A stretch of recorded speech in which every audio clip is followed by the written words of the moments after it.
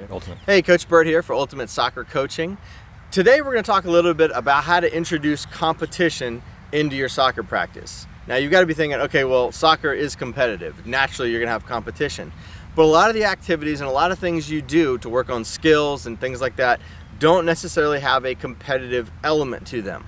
In other words, if you're just doing a basic passing drill where you have guys in groups of two, girls in groups of two, passing back and forth, there's not really a natural competition there.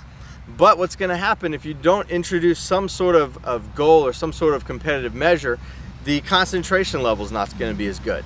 The kids aren't going to be as focused. They're not going to be as into the activity.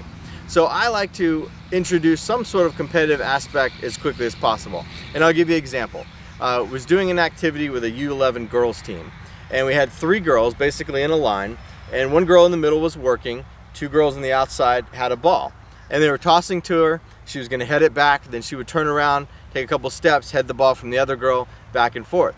Well, when we first started doing it, balls were going everywhere. The girls were walking to pick the ball up. They were laughing. They were kind of goofing around. They weren't really concentrating on their header. It wasn't a very productive activity.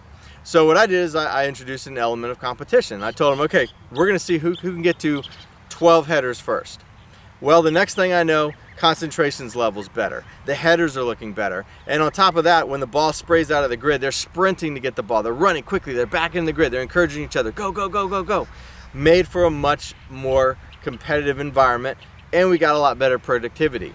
Another example is a simple possession drill, and this is the staple of a lot of teams professionally. They're going to play possession. They're going to play 5v5 with a neutral player. They're going to play 10v10 with 2 neutral players.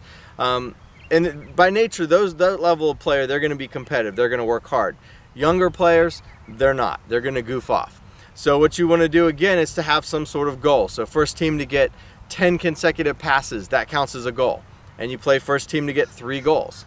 And then you have some element of work that the losing team does, whether it's 10 push-ups or some jumps or different things like that.